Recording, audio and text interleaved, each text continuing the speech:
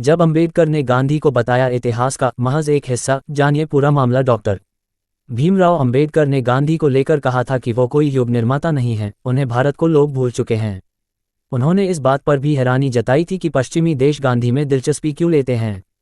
भारतीय संविधान के निर्माण में अहम भूमिका निभाने वाले डॉक्टर भीमराव अंबेडकर का जन्म आज ही के दिन 14 अप्रैल 1891 को हुआ था।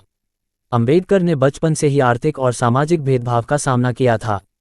जब वो बड़े हुए तब दलितों के उत्थान के लिए उन्होंने बहुत से काम किए। दलितों पर हो रहे अत्याचारों के विरुद्ध आवाज उठाने के लिए उन्होंने जनता, बहिष्कृत भारत, मूक नायक जैसे साप्ताहिक पत्र निकाले। महात्मा गांधी भी उन दिनों दलितों और अछूतों के लिए काम कर रहे थे, लेकिन फिर भी दोनों के बीच विचारों का गहरा मतभेद था।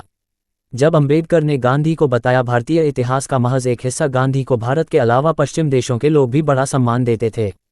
हालांकि अंबेडकर इस बात से बिल्कुल इत्तेफाक नहीं रखते थे, बल्कि वो गांधी को इतिहास का हिस्सा भर मानते थे। जब 1955 में बीबीसी ने गांधी के बारे में उनसे पूछा था तो उनका जवाब था, मुझे इस बात पर हैरानी होती है कि पश्चिमी देश गांधी में इतनी दिलचस्पी क्यों लेते हैं। जहां तक भारत की बात है, वो देश के इतिहास का महज एक हिस्सा हैं, कोई युग निर्माण करने वाले नहीं। गांधी को लोग भूल चुके हैं। अंबेडकर के किताब प्रेम से सभी वाकिफ हैं। उनके पास किताबों की पूरी एक लाइब्रेरी होती थी, लेकिन बावजूद इसके वो किसी को पढ़ने के लिए किताब उधार नहीं देते थे। बीबीसी हिंदी की एक रिपोर्ट के मुताबिक वो कहते थे कि अगर किसी को उनकी किताब पढ़नी है तो वो उनके पुस्तकालय में आए। किताबों के अलावा अंबेडकर के कई और शौक भी थे। दिल्ली में सबसे सुंदर था बाबा साहेब का बगीचा। अंग्रेजी अखबार ने की थी तारीफ, अंबेडकर को बागवानी का खासा शौक था। उनका बगीचा उन दिनों दिल्ली का सबसे सुंदर बगीचा माना जाता था। ब्रिटिश अखबार डेली मेल ने भी उनके बगीचे की खूब सराहना की थी। जब अपने कुत्ते की मौत पर फूट फूट कर रोए थे अंबेडकर को कुत्तों से गहरा लगाव था। वो हमेशा ही एक कुत्ता पालते थे। जब एक बार उनका पालतू कुत्ता मर गया तो वो खूब रोए थे। अंबेडकर ने की थी 2 शादियां। अंबेडकर की निजी जिंदगी भी काफ़ी चर्चित रही। उनकी पहली शादी केवल 15 साल की उम्र में ही रमाबाई से हो गई थी।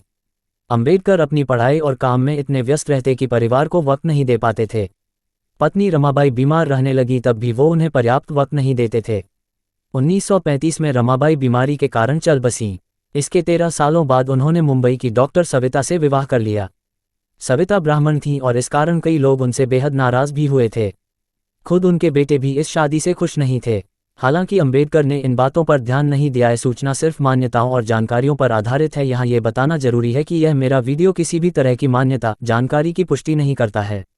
किसी भी जानकारी या मान्यता को अमल में लाने से पहले संबंधित विशेषज्ञ से सलाह लें। धन्यवाद।